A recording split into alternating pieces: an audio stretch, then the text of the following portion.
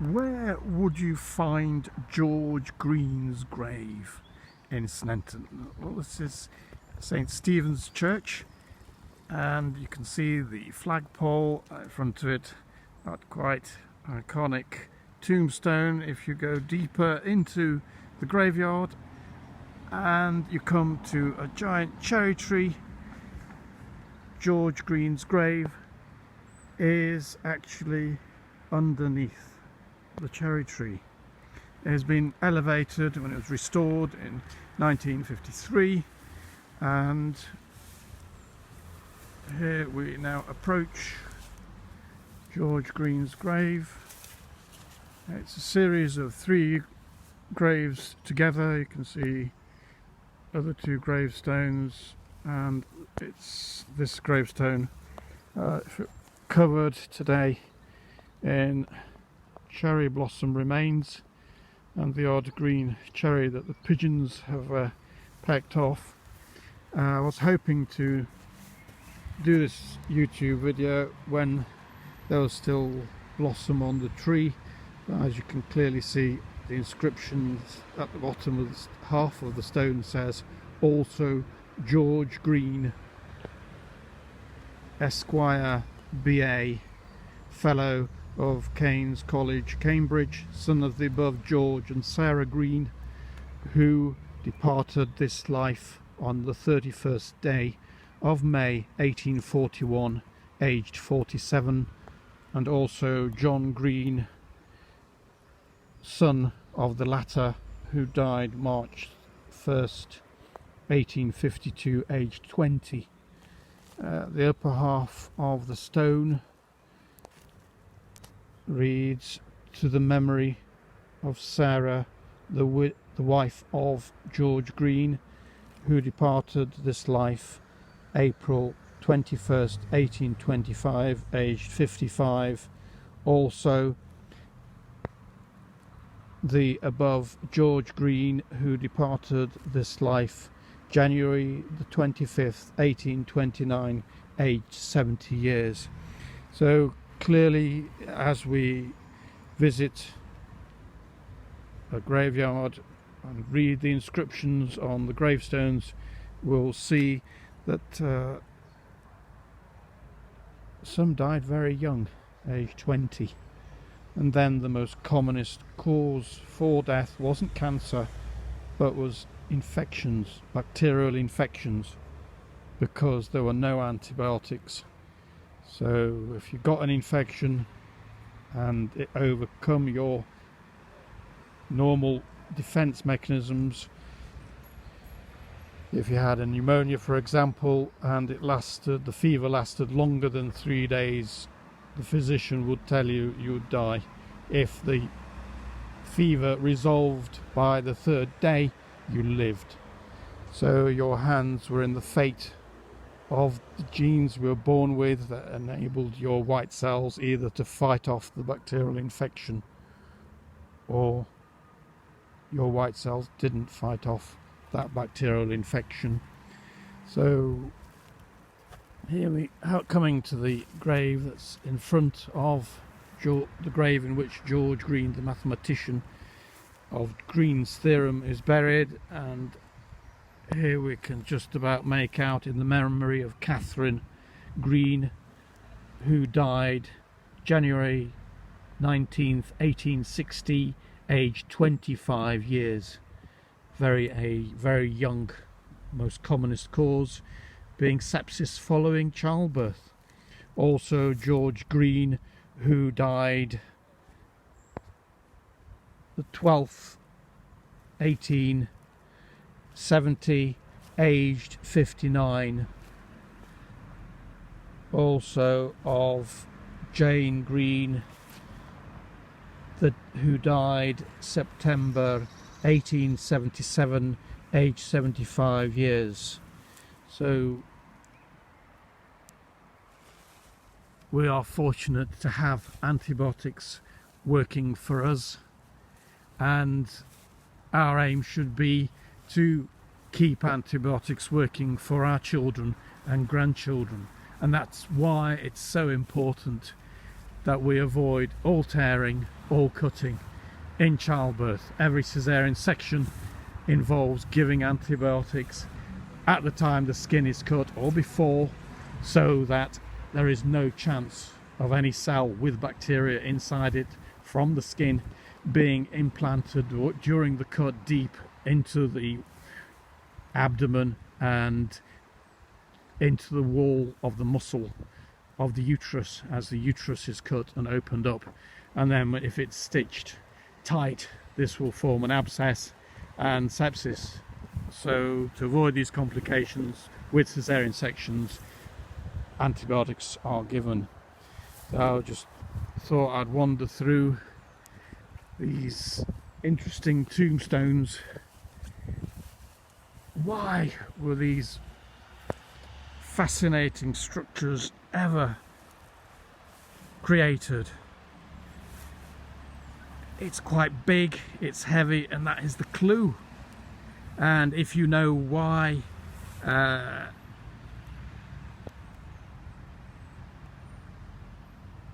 there were wooden spades, then you'll understand. Wooden spades were the tools used by grave robbers, and they were wooden because if you hit a stone with the wooden spade, the noise wasn't as loud, whilst if you hit it with a metal spade, the clink would alert anybody passing by on the street that there was a grave robber robbing a grave to get a body for a doctor to dissect. So the wooden spade were used by grave robbers, and to make it more difficult to take the body out from a grave, we'd put a heavy tombstone on it. So even if you dug from the side, the chances are the earth had been freshly moved and this heavy tombstone would collapse on top of the gravestone, on top of the grave robber, either trapping him or killing him. So hence these beautiful architectural masterpieces of gravestones. So here we have a view as we're coming into, this is what you'll see as you're coming into the graveyard, with the flagpole, the cherry tree in the distance, and George Greene's grave. So there's some more beautiful architectural graves. If you're fortunate, you were buried inside the church, so the chances of your body being snatched by a grave robber was decreased. If you're less fortunate, you're buried outside, and to prevent your body being snatched, you put a heavy piece of rock above it. And these are very artistic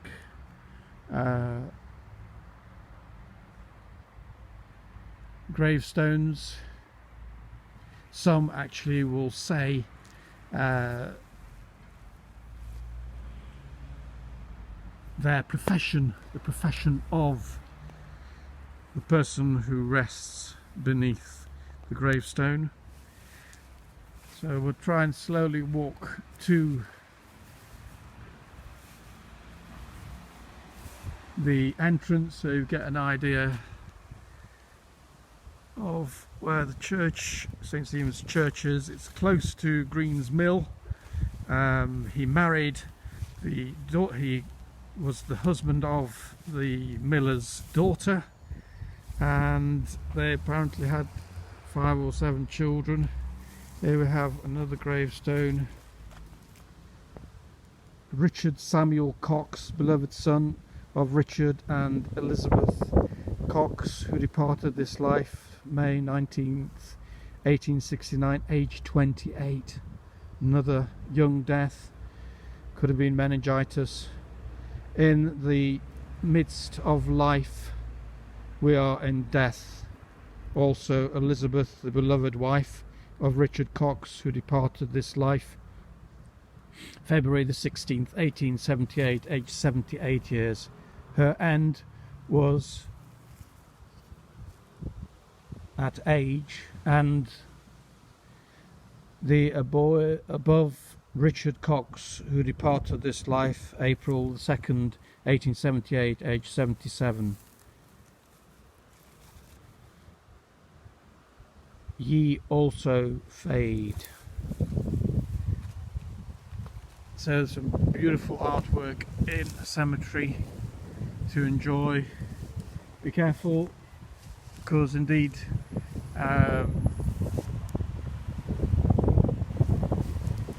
with time there's settlement and subsidence, so the gravestones tilt and move as this happens. We've got the sun behind us at the moment. It's 1 o'clock in the afternoon. So we're coming now to the entrance of St. Stephen's Church graveyard and church, and this is what you'll see as you come through the gate. A memorial to those who died in the wars.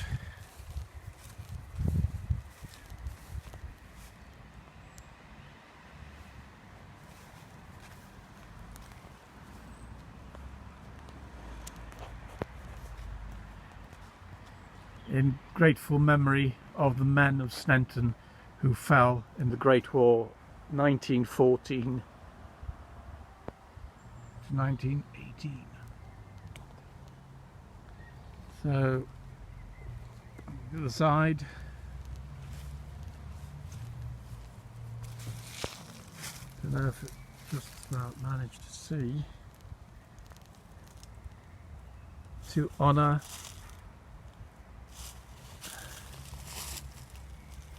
and I cannot make out what, because of the bright sunlight.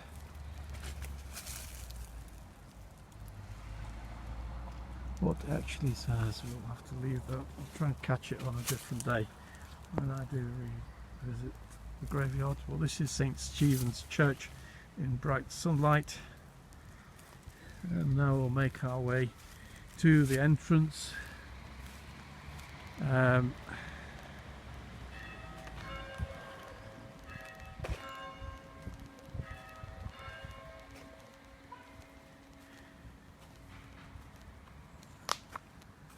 And as we go underneath, I was just looking curiously at the ages of those who died aged 7.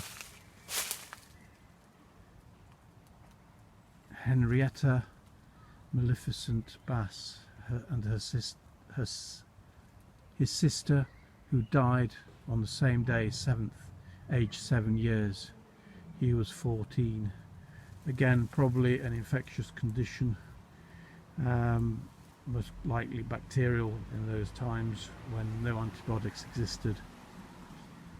So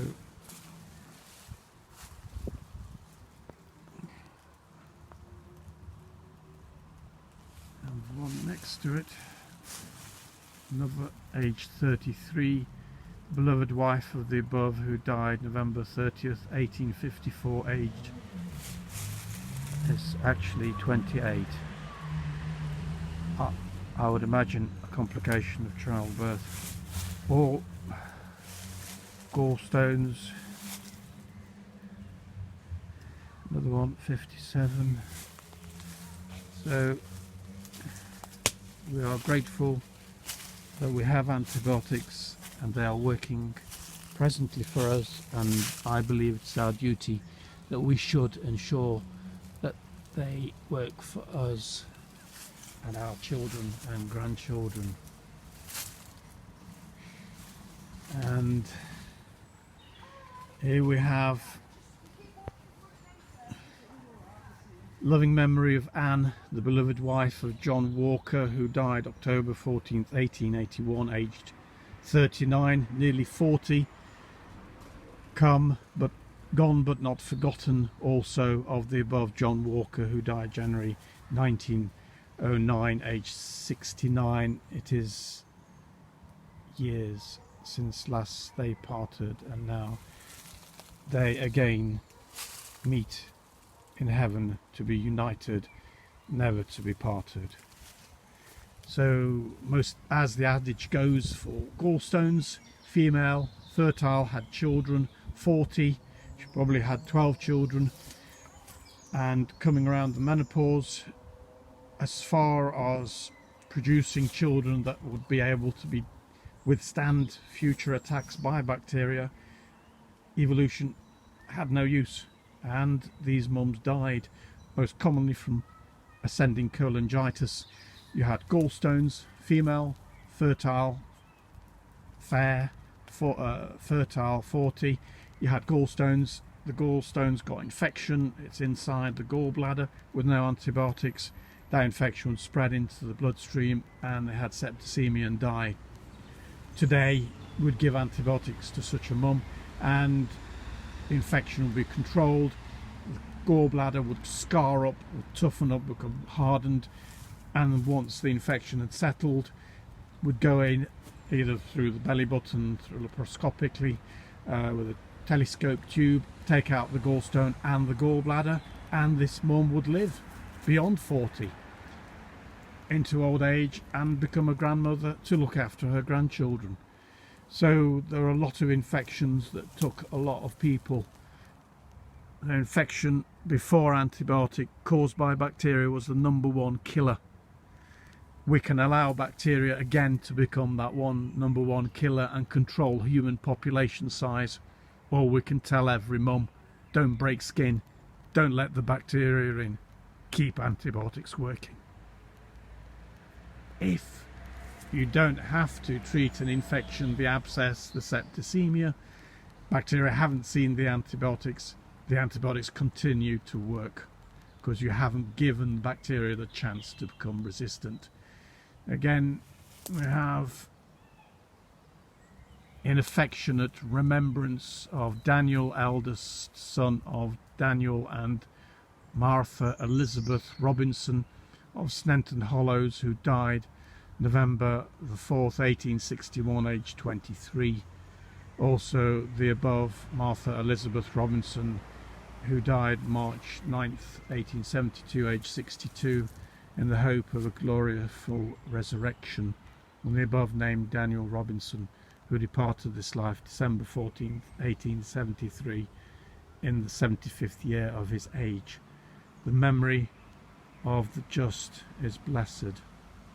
Also Elizabeth Eleanor Marshall of London, granddaughter of the above, aged 7 months. So a variety of ages at which people died was very common, and it wasn't uncommon that the first wife would die and then you remarried and you have another wife and she would die and you remarried again. So some beautiful verses on these gravestones in affectionate remembrance of William, son of John and Mary Clark, who died 7th of April 1852 in his 18th year, probably meningococcal meningitis. My rose was cropped just in its bloom, my morning sun went down at noon. In youth and strength put not your trust, the strength of morals is but dust. Also in a vault to the left of this stone layeth the above John Clark, who died November the 5th, 1861, aged 54, probably myocardial infarction, and Mary, his wife, who died February the 2nd, 1877, aged 72.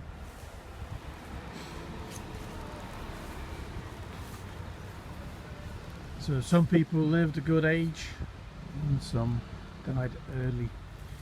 So I leave you with this visit in 2020 to St. Stephen's graveyard in Sneinton, Nottingham. We'll quickly go across the road so you can see the entrance to George Greene's mill. The gates to the church. As you walk through the gates, you can look back and you'll have the zebra crossing and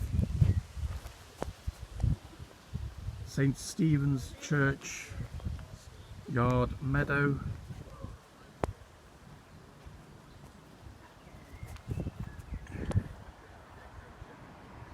We'll wait for this car to pass and cross the road.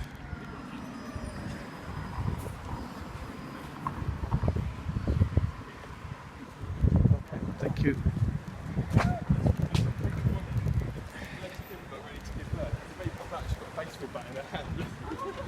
We're leading off now to Greene's Mill. It has a sign centre, as you can see there, Greene's Mill.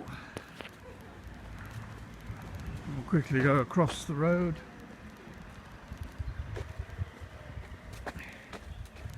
Up the hill. This is the schoolhouse is being restored presently.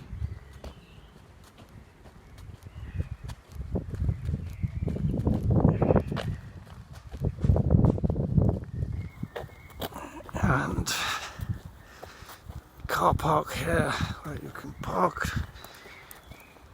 and there you take a glimpse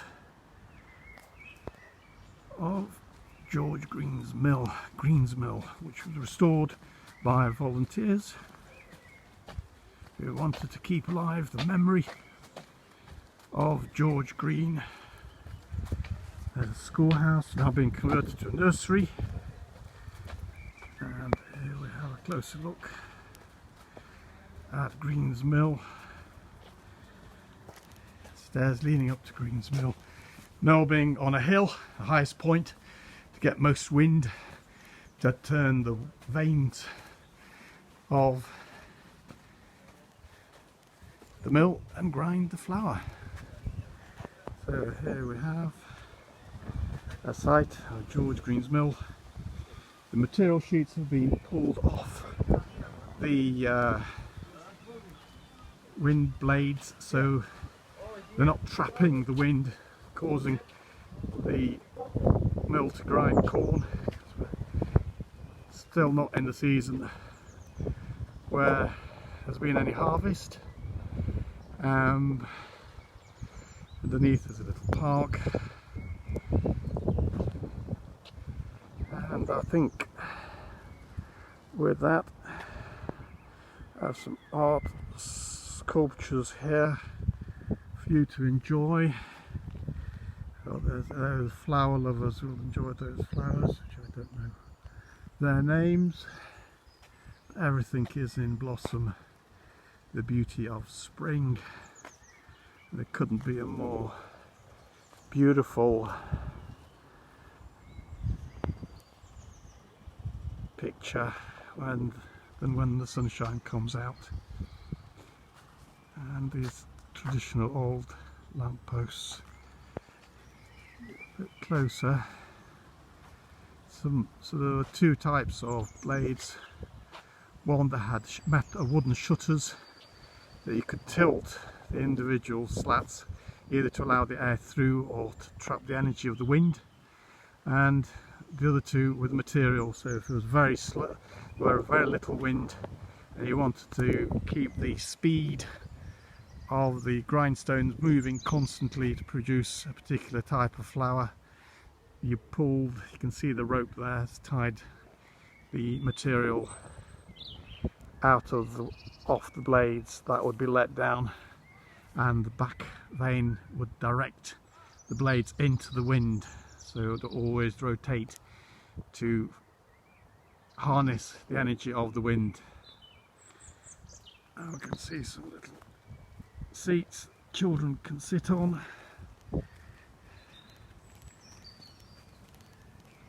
There's the balcony base of Greene's Mill. It was burnt down and then restored by enthusiasts, and because of the coronavirus situation it is presently closed, but it's normally open. Oh no, I see it's open. It is open. Greene's Mill signs. Thank you for viewing.